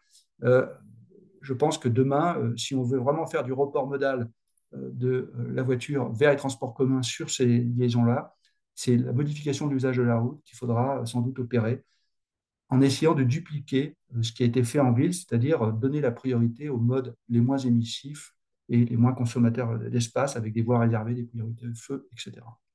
Voilà, j'en ai fini pour cette présentation économique, puisque c'était l'angle que je m'étais donné. Il y aurait beaucoup à dire également sur la gouvernance, hein. Vous l'avez très bien dit, Monsieur Chéreau, les questions de gouvernance et de financement sont étroitement liées. Voilà, mais je préférais euh, focaliser mon propos sur des questions plus économiques. Bon, bah, c'était déjà suffisamment disruptif comme ça, c'est très bien. Ça nous force à être intelligents et à regarder le réel. Moi, ça me plaît bien. En tout cas, merci, merci beaucoup pour cette présentation. Alors, il y a trois questions. Peut-être que vous pourriez très très rapidement, parce qu'on a déjà décalé de 10 minutes, répondre aux trois. Je ne sais pas si vous les avez. Vous avez une question sur, pouvez-vous nous en dire plus sur ces lignes de TER qui mettent plus que leur équivalent voiture? L'augmentation de cadencement de train sur des lignes existantes et infrastructures constantes peut-elle permettre d'augmenter les performances du train en termes environnementaux et économiques? Et enfin, quid de la vitesse d'écart en heure de pointe lorsque la circulation est dense? Vous ne pouvez pas Ouais. répondre 10 minutes par question, mais Non, non, mais rapidement, bah, c'est simple, hein, c'est ce que j'ai expliqué sur les trains. Quand vous avez des trains peu fréquentés au diesel, ils émettent plus que la voiture. Voilà. Vous prenez le nombre de passagers, vous prenez le taux moyen d'occupation de la voiture, non pas global, mais en semaine, et vous arrivez à des choses tout à fait étonnantes. Et donc, voilà. En fait, si vous, c'est ce que j'expliquais hein, par rapport à. Vous pouvez augmenter sur certaines liaisons la fréquence, ça ne changera rien, parce qu'en fait, vous êtes parfois sur des entités qui échangent peu avec leur environnement. Voilà, il y a des lignes, franchement, qui ne se justifient plus, quoi, hein. Et on maintient ça en ferroviaire parce que c'est voilà, c'est une espèce de totem. Il ne faut pas toucher au ferroviaire. Et on va dépenser des centaines de millions d'euros, alors que peut-être une ligne de car suffirait largement, elle serait plus fréquente et donc plus fréquentée, euh, et elle coûterait 2 à 4 fois moins cher. Et donc cet argent-là, on peut le redéployer, bah, par exemple, vers Montpellier ou vers d'autres agglomérations où là, on a des besoins tout à fait considérables qui ne sont pas satisfaits. très bien, merci beaucoup. Voilà, je vois qu'il y a une autre question qui est arrivée sur le chat. Je vais répondre dans le J'ai cru chat. comprendre qu'il s'agissait bien du fonctionnement et pas de l'investissement. Exactement.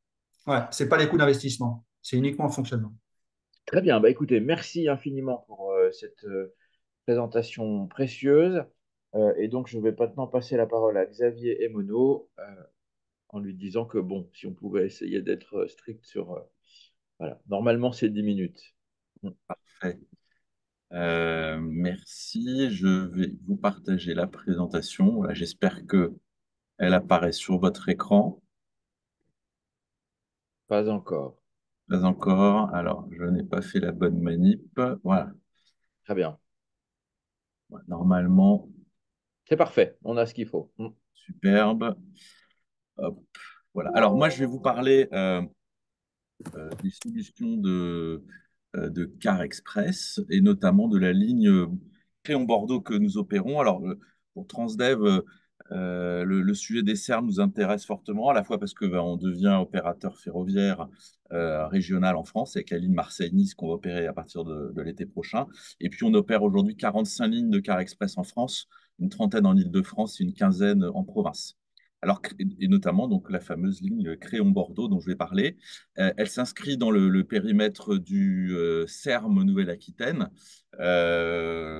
Sur cette région, donc 12 corridors sont aujourd'hui étudiés. Et attendez, j'essaie juste voilà, de diminuer, de changer un peu le format. Et donc, sur Bordeaux, on a 3 lignes qui sont existantes que nous opérons. Donc, Réon-Bordeaux, Blaye-Bordeaux et aujourd'hui, qui vient de démarrer, Bordeaux vers le bassin d'Arcachon Nord.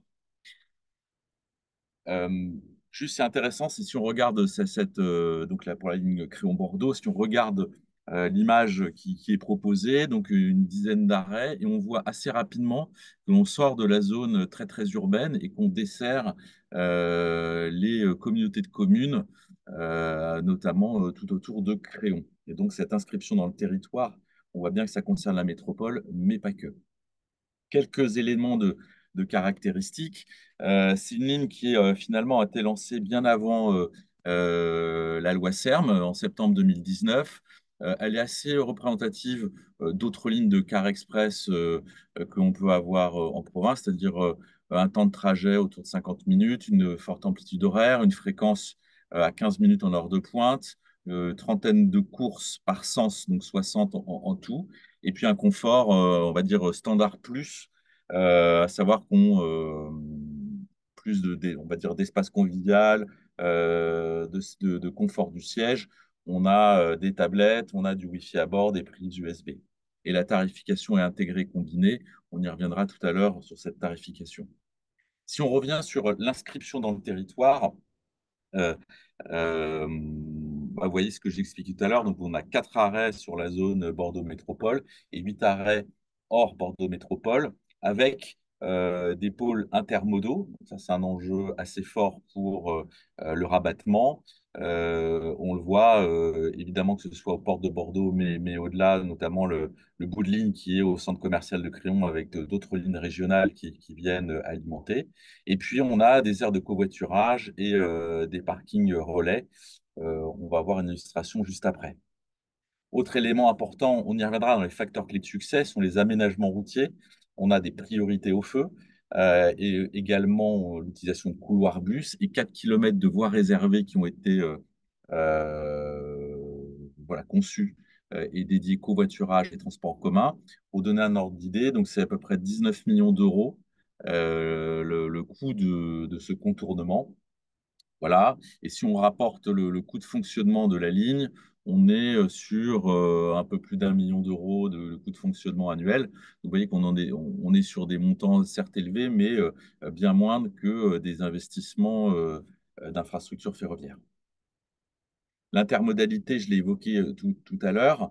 Ce qui est intéressant, bon là, vous voyez sur la zone de Salbeuf qu'il y a un parking relais qu'on voit ici en photo et qui également, on le voit avec le petit totem, c'est une aire de covoiturage. Ce qui est intéressant, c'est de voir son positionnement par rapport à la commune voisine de Salbeuf.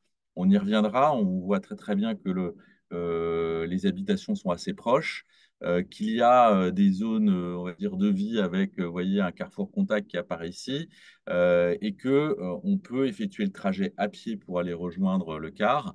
Voilà. Et puis également, donc, il y a un apport, on le voit avec les véhicules de personnes qui viennent se garer, mais on peut imaginer, vont aller faire ensuite leurs courses, peut-être au carrefour contact. Et donc, on voit que ça organise tout un lieu de vie, ce type de mode comme le car express.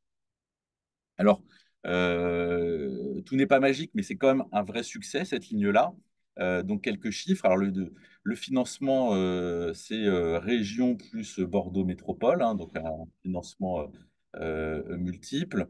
La fréquentation annuelle, donc c'est 180 000 voyages. Ça donne, si on lit ça sur l'année, un peu plus de 500 voyages par jour, ce qui était supérieur aux prévisions, d'où le succès de la ligne. Également une recette commerciale de, vous voyez, 235 000 euros par an, ce qui, rapporté au coût global, donne un ratio recettes sur dépenses, on va dire, entre 20 et 25%. Voilà, ce qui est, on va dire, plutôt dans une bonne fourchette. Si on regarde aussi en termes de part modale, alors toujours difficile à estimer, mais si on regarde, vous voyez, la zone qui est colorée, qui est donc autour de la ligne au crayon, donc qui sont on va dire les communes, ou en tout cas le bassin de population concerné. Si on estime les flux de mouvement des personnes, alors qu'on reconstitue à partir de données traces mobiles, téléphone mobile, et qu'on regarde donc notre fréquentation moyenne, on est à peu près à 5% de part de marché juste sur cette ligne-là. Alors ça peut sembler peu, mais c'est quand même assez significatif quand on connaît la part modale des transports communs en France. Et alors, il ne faut pas raisonner juste la ligne à Bordeaux-Créon, mais il y a un environnement tout autour. Donc, il y a d'autres lignes interurbaines. Sur le graphe de droite, vous voyez, on a la ligne qui est marquée en rouge, mais vous voyez toutes les autres lignes interurbaines qui aussi alimentent ce corridor. Donc, il y a une certaine concurrence. Et quand on regarde l'ensemble, ces autres lignes, finalement, représentent à peu près une 10% de part de marché. Donc, on voit bien que sur l'ensemble de ces mouvements, les chiffres sont approximatifs, mais on a entre 10-15% global de part de marché faite par le transport en commun. Et donc, c'est vraiment significatif de développer ces modes-là. Un point sur le retour des usagers, quelques faits saillants. Euh, bon, des femmes en majorité, quasiment 60%, une clientèle de réguliers et d'abonnés, Ah, vous voyez les chiffres, on est sur du 2 tiers de personnes qui utilisent plus de 3 jours par semaine, donc c'est quand même du très régulier, avec des motifs de déplacement classiques pour ces lignes de Car Express, sont le travail et puis scolaire-études, donc tout ça fait 70%. Avec néanmoins une clientèle qui se renouvelle continuellement, et donc on voit que 35% des usagers l'utilisent depuis moins d'1 an. Ce qui est intéressant, c'est, on le voit, l'insertion dans le territoire. 60% des usagers sont dans les communes qui sont directement desservies par les arrêts du car, donc, ce qui paraît logique. Et néanmoins, un petit peu plus loin, vous voyez que certains sont quand même aussi prêts à aller chercher le car en habitant assez loin, notamment les rabattements en voiture. La moitié ont un temps de parcours qui est supérieur à 10 minutes pour rejoindre un des arrêts. Donc un temps relativement important, et donc on voit l'attractivité de la ligne. Les modes de rabattement, bah, vous voyez que c'est comme assez vertueux, hein. C'est de la marche pour quasi 50%, du TC à 22%, et la voiture représente, je dirais, uniquement 27%. À noter que, évidemment, on s'intéresse au mouvement Créon-Bordeaux, enfin à tous les flux Créon-Bordeaux, mais il y a également des flux inverses. Et donc, un usager sur 8 fait le trajet partant de la métropole vers Créon. Et notez qu'il y a très peu de cabotage, donc une grande partie euh, des usagers partent, on va dire, plutôt en bout de ligne de Créon et rejoignent Bordeaux Métropole. Autre fait extrêmement intéressant et qui là est très positif, c'est le report modal.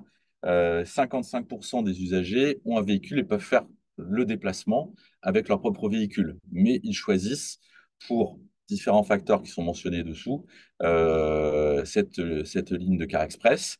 Alors il y a un facteur coût important, on va y revenir, coût pour l'usager, hein, le voyageur, un sujet de stationnement, alors à la fois de coût, mais aussi de facilité de trouver une place de parking, un enjeu de rapidité, on va le voir, et puis un enjeu écologique. Si on reprend ces différents points, ils constituent les facteurs clés de succès. Alors peut-être un premier que je n'ai pas évoqué auparavant, qui est la rapidité de mise en œuvre de ce type de service. Alors, hors sujet infrastructure, pour nous, ça nous a pris à peu près 6 mois pour préparer l'exploitation de cette ligne-là sur tous les aspects, c'est-à-dire trouver les conducteurs, le matériel, organiser le marketing.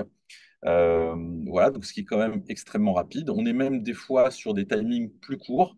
On vient de mettre en place la ligne Cherbourg-Rennes en quasi 3 mois. Le temps de parcours, lui, est très compétitif. On l'évoquait, 50 minutes. Alors évidemment, selon les moments de la journée, c'est soit on y met un tout petit peu plus de temps, ou voire moins de temps que la voiture. Mais néanmoins, du coup, ça reste très compétitif et il n'y a pas de sentiment de perdre du temps en prenant ce type de transport. Le contournement que j'ai évoqué tout à l'heure a permis de faire gagner 8 minutes. Donc vous voyez, sur un temps de 50 minutes de parcours, on a gagné quasiment 15% de temps. Et donc, ça renforce énormément la compétitivité. Le coût pour l'usager, 10 fois moins cher que la voiture à peu près, puisqu'en fait, c'est 2,30 € le ticket unitaire, c'est 3 € l'abonnement. Donc, on a à peu près, on va dire, on divise par le nombre de voyageurs sur un ticket à 1,30 € en moyenne. Et puis, 4 fois moins émetteur de CO2, ça a permis d'économiser, que la voiture, hein, pardon, ça a permis d'économiser 800 tonnes de CO2 à l'année, ce qui correspond, en faisant le calcul, à peu près la consommation électrique annuelle de 28 000 ménages. On voit que c'est un impact très, très fort. Et puis, un des facteurs clés de succès, c'est le contexte politique. Il y avait la volonté de développer donc une offre pour attirer notamment les actifs, et puis développer donc ce fameux CERM à horizon 2028, et c'était une pièce maîtresse. J'ai bientôt terminé. Donc, vraiment, vous voyez un retour extrêmement positif sur de très nombreux aspects de cette ligne Créon-Bordeaux. Ce n'est pas l'unique instrument, le CERM, je voulais l'évoquer là. Il existe différentes typologies de car express que nous, on opère en France. Pardon. Différentes typologies de car express. Je ne vais pas m'appesantir dessus. On est sur du périphérie centre, c'est la catégorie qui est en bas. Mais on a des catégories qui sont, on appelle vraiment de l'interurbain, c'est-à-dire un pôle à un autre pôle sans passer sans concerner des métropoles. On a des lignes qui sont très liées à du TGV, et puis des lignes qui mixent un peu les deux catégories, à savoir à la fois il y a une alimentation du TGV, un lien très fort avec le TGV, et puis en même trajet effectué par...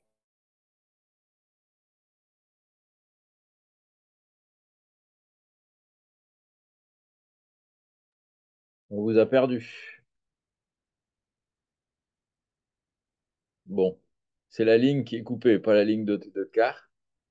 Euh, voilà, alors écoutez, merci. Vous reprenez dès que vous revenez, vous nous faites signe. J'ai Monsieur Alary de SNCF Réseau qui souhaite prendre la parole. Je vais la Coalition. laisser. Juste... Ah, voilà. En fait, on vous entendait plus. Ah, Et donc, zut! du coup, j'avais repris la main. Donc, allez, Monsieur Alary, du coup, une petite minute. On laisse Monsieur Emono finir. Hmm. Pardon, bon, je ne sais pas où est-ce que je m'étais, vous m'avez plus entendu, mais je ne vais pas tout reprendre. Est-ce que cette Cette slide-là, je slide, l'ai on l'a vue, détaillée? ouais. Hmm. Ok, super. Bon, il y avait différentes typologies de cars express, voilà, qui sont pas uniquement le périphérie centre que là on vient d'évoquer, voilà, avec des liens forts avec le TGV, et puis certains cars express pardon, qui mixent une combinaison avec un TGV, et puis des déplacements très locaux, domicile-travail. Et puis l'Île-de-France, qui est un cas un peu particulier à haute densité en lien avec à la fois le RER et puis les futurs métros automatiques. Et donc des caractéristiques, vous voyez, des typologies très variables, donc qui correspondent à des besoins et des demandes de territoires variés, que ce soit en longueur ou en termes de fréquentation, où là on est sur, vous voyez, il y a un palier quand même un peu commun, mais autour de 150 000 voyageurs. Et puis donc dernier point, parler d'innovation, c'est un de mes sujets et dans mes fonctions. Euh, Aujourd'hui, les cars express sont pas tellement innovants, donc je pense qu'on a de quoi progresser sur la proposition de valeur. On l'a vu tout à l'heure, mais on va dire que le confort à bord, les services sur les pôles d'échange, l'information voyageur sont pas extrêmement innovantes et qu'on pourra aller un peu plus loin. Et c'est ce qu'on voit à droite sur des sujets de tarification innovante où on pourrait travailler avec les assureurs pour bah, les personnes qui ne prennent pas leur voiture et prennent le car express et une réduction sur leur assurance voiture. On pourrait aller un peu plus loin sur le design intérieur, se rapprocher de l'aérien, du confort en tout cas, des services sur les hubs de consignes, d'achat du quotidien, et puis également des revenus additionnels qu'on pourrait envisager là pour la collectivité, à la fois sur du covering de cars, du transport de colis et d'autres types de services. Voilà ma présentation. Donc, alors, vous voyez sur une typologie de CERM, un vrai succès de la ligne Crillon-Bordeaux qu'on peut répliquer, mais on peut aller plus loin à la fois en termes d'innovation et également d'autres typologies qui peuvent être appliquées au territoire que finalement sur lesquels vous êtes en intercommunalité. Merci beaucoup. Donc, il y a eu quelques commentaires sur le chat qui étaient eux-mêmes des commentaires sur ce qu'ils disaient. Donc, vous pouvez en prendre connaissance. Je réagis un petit peu sur l'auditeur, le participant qui dit que c'est une présentation à charge. Évidemment, ce n'est pas du tout l'intention. Il ne s'agit pas non plus d'opposer les moyens de dire il faut tout du TER ou tout du car ou que sais-je. Il s'agit de Pas du dire, et tout. je pense que c'est ça que Interco de France veut dire beaucoup, c'est qu'il ne faut pas d'idéologie dans les réponses qu'on apporte. Et on n'arrivera pas à faire un dialogue entre des territoires si on essaie de fixer des règles de l'hyperdensité pour le monde qui est en sous-densité. Il faut qu'on soit capable d'apporter les réponses qui sont adaptées. Et vu d'une région, si je prends ma casquette régionale, c'est important que les choses soient partagées parce que parfois il y a des demandes qui sont juste des totems, comme c'était très bien tout à l'heure, et qui ne correspondent pas à la demande des habitants. Je rencontre des élus qui demandent des choses qui n'ont aucun sens. Voilà. Et donc il ne s'agit pas de dire mais non, le TER c'est la solution pour tout, ou inverser non, l'écart c'est la solution pour tout. Mais c'est d'être capable de regarder les choses de façon extrêmement fine et d'écouter, c'est pour ça que la gouvernance est importante, d'écouter les expressions des élus locaux et des spécialistes de chacun des territoires pour dire voilà comment est-ce qu'on met la chose la plus adaptée et pas seulement théoriquement, mais aussi économiquement. Voilà. Parce que sinon, en fait, tout simplement, ça ne marchera pas. Et donc, et je partage ce qui a été dit tout à l'heure sur le chat aussi, sur le fait qu'il ne s'agit pas de développer des moyens, il s'agit de déplacer des gens. Voilà. Donc, du coup, si on regarde d'abord ça, eh bien, effectivement, voilà. Donc, il n'y a pas de, et en tout cas pas chez moi, il n'y a pas de logique de concurrence ou à charge. Je suis persuadé qu'au Congrès Région de France se dira des choses aussi intelligentes que Interco de France, puisque forcément, c'est les deux instances qui sont chargées de déplacer d'abord les gens. Voilà. Donc, merci. Alors, du coup, si vous voulez bien, Monsieur Allary, je vous donnerai la parole tout à l'heure. Et on va passer la parole à Anne-Cécile Imbaud-Trogoff à l'instant. Voilà. Merci beaucoup, Monsieur le Président, et je vais faire court. Je partage tout de suite mon écran. Hop, et vous allez me dire si on le voit. Hop, ça. Est-ce que ça fonctionne? Ça fonctionne. C'est très bien. Parfait. Alors, peut-être juste très rapidement, vous expliquer pourquoi j'interviens et puis voilà, pourquoi la SGP fait partie de la boîte à outils publique à destination des collectivités pour concevoir et réaliser les SERM. Et évidemment, j'irai plus particulièrement sur le sujet du financement et de la gouvernance qui, comme ça a été dit, sont intimement liés. Et donc, c'est vraiment important de parler des deux en même temps. La Société des grands projets, de manière très courte, pour ceux qui ne le savent pas forcément, c'est un établissement public national qui a été créé en 2011 pour réaliser le Grand Paris Express, donc une grande infrastructure de métro autour de Paris pour desservir le périurbain, enfin la première et la seconde couronne. Et donc, c'est le Grand Paris Express, c'est 200 km de tunnel, oui, c'est ça, et 68 gares. Et donc, cet établissement public a été créé pour réaliser ce projet avec une gouvernance dédiée et avec un financement dédié. C'est important parce qu'ensuite, évidemment, j'expliquerai pourquoi elle a été mobilisée sur les SERM. Gouvernance dédiée qui rassemble les départements, la région, la principale ville, donc la ville de Paris, l'État, bien sûr, et puis modèle de financement sur lequel je reviendrai, mais dédié à la réalisation de ce projet avec à partir de la levée de dettes obligataires et de la fiscalité affectée qui permet de rembourser cette dette. Et donc, ce qui est important dans l'esprit du législateur, c'est que ça a été de se dire, on a eu un outil pour réaliser alors un très gros projet de maîtrise d'ouvrage, mais cet outil, il a fait de la concertation, c'est un outil multipartenarial puisqu'il a réuni l'ensemble des collectivités de diverses strates autour de ce projet et donc indépendamment de leurs différents sujets de discussion, négociation différents, eh bien, elles se retrouvent toutes ces collectivités dans une gouvernance pour faire avancer ce projet d'intérêt régional.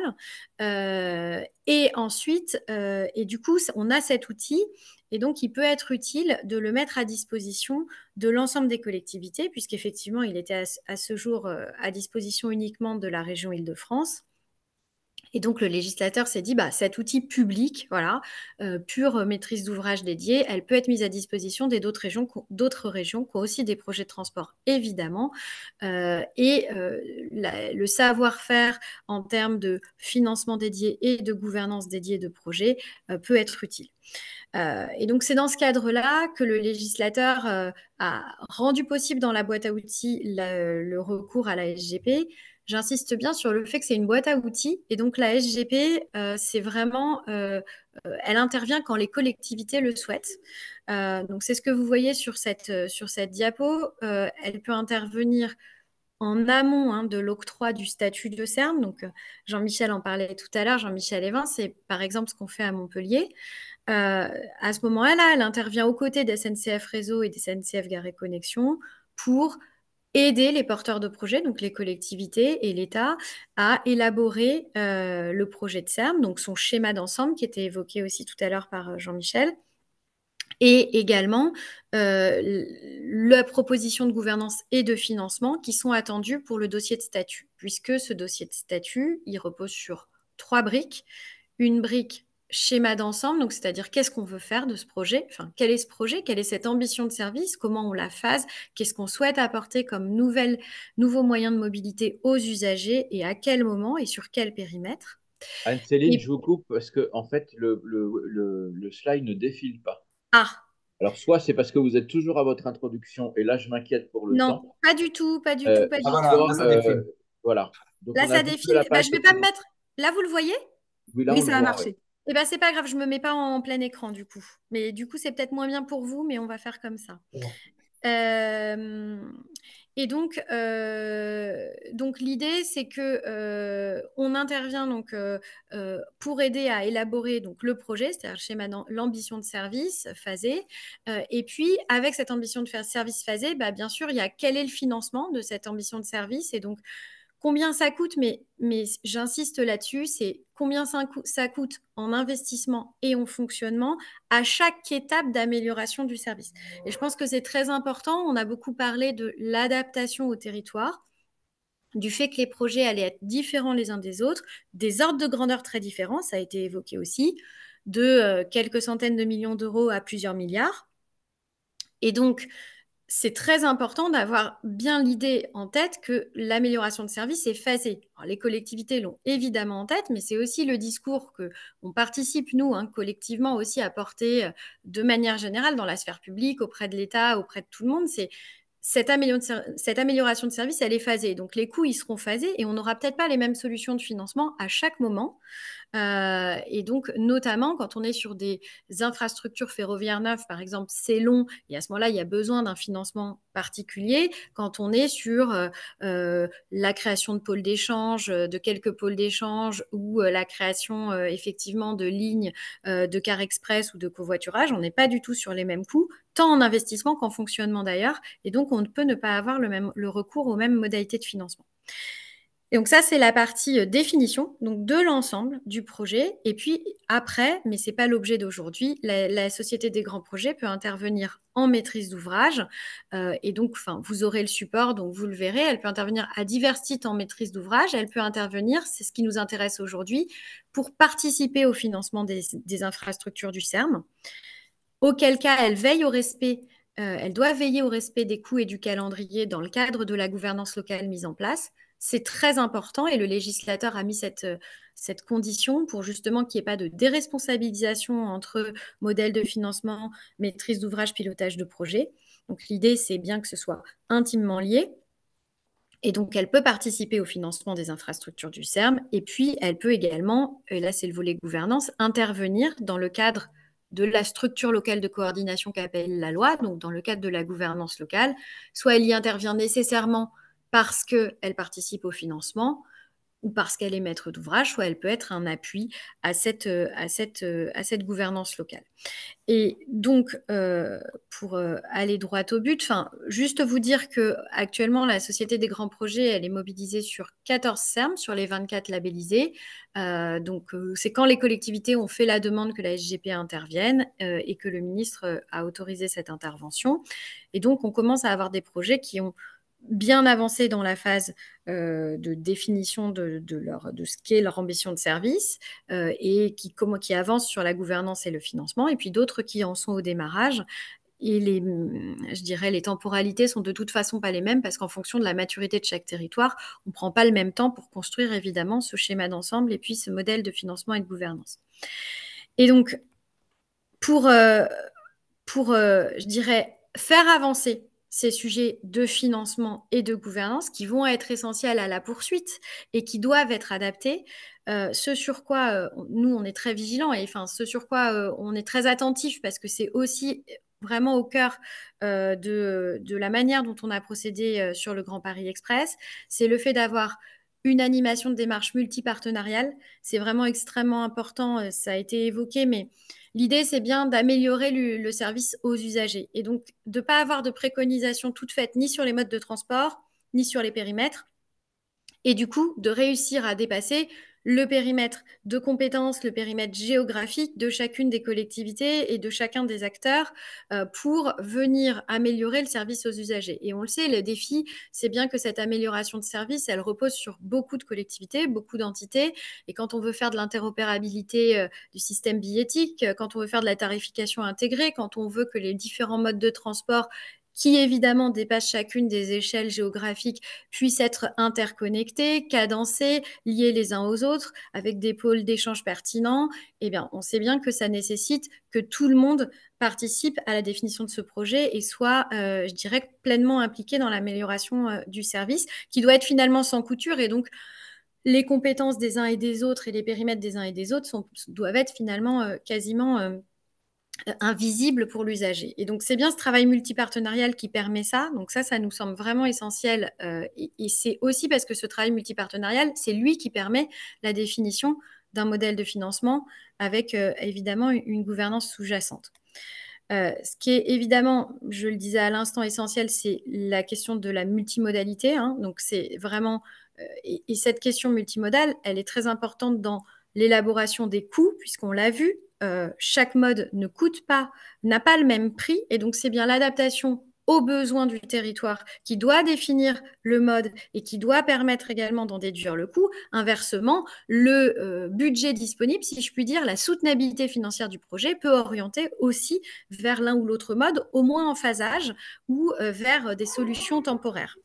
Et puis, enfin, ce qui est très important dans cette phase et l'émergence de ce modèle de financement et de gouvernance, on le sait tous autour de cette visio, mais c'est la conduite du dialogue territorial et donc effectivement le fait d'aller vraiment dans les territoires recueillir l'avis de l'ensemble des EPCI et des communes concernées, évidemment des habitants, mais ça peut se faire souvent dans une seconde phase, une phase de concertation publique qui peut venir ultérieurement.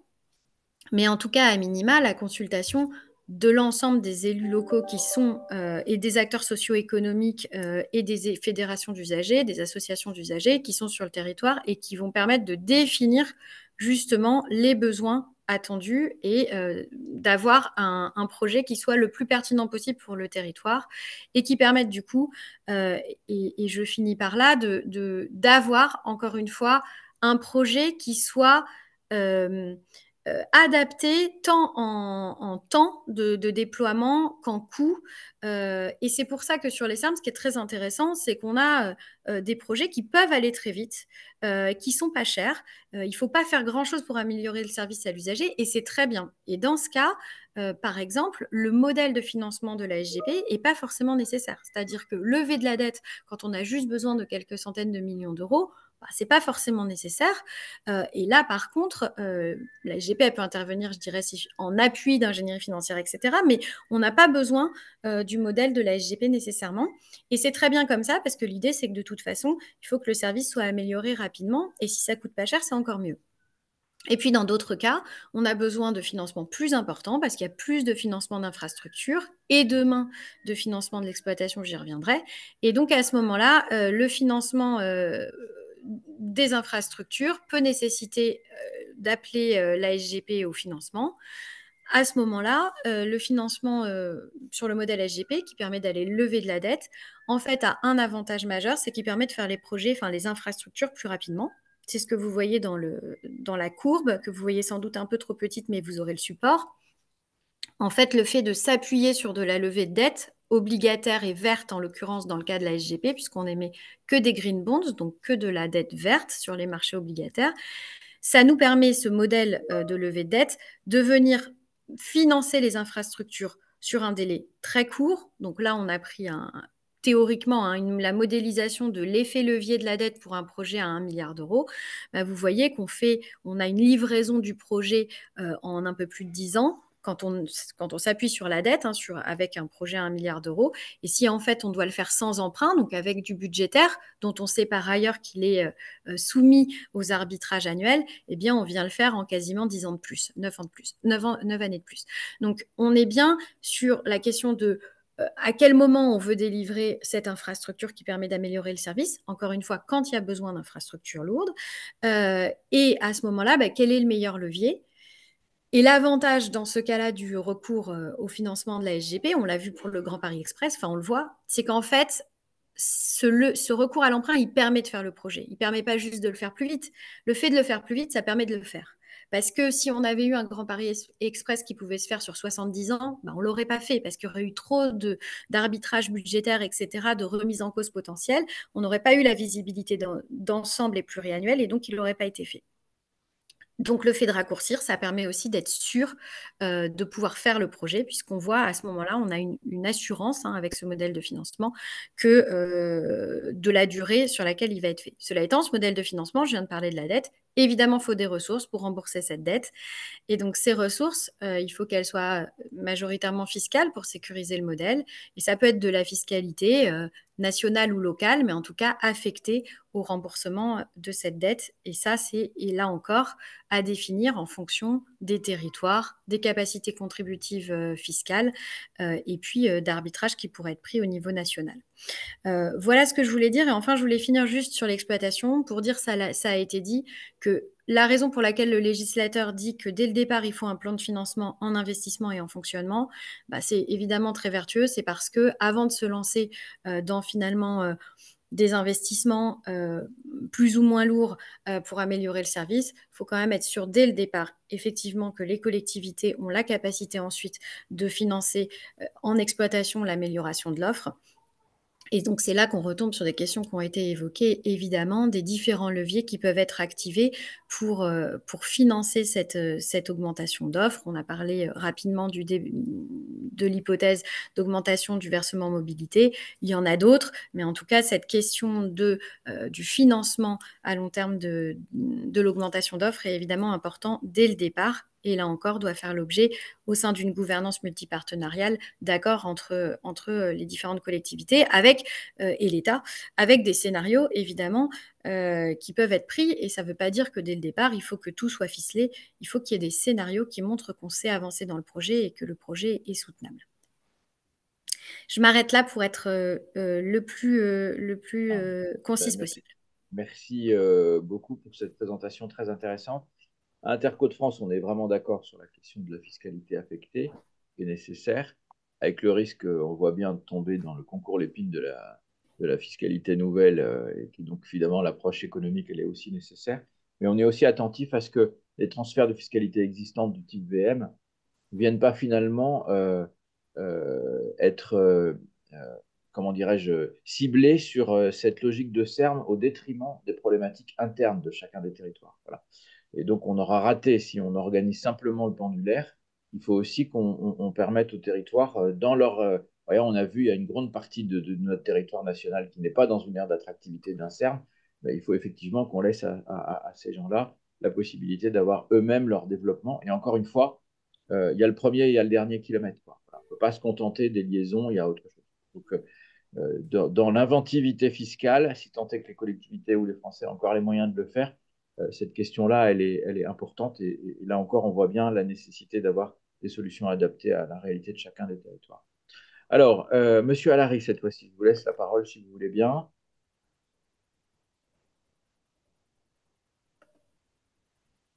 Si vous êtes là. Et si vous mettez votre micro allumé, ce sera encore mieux.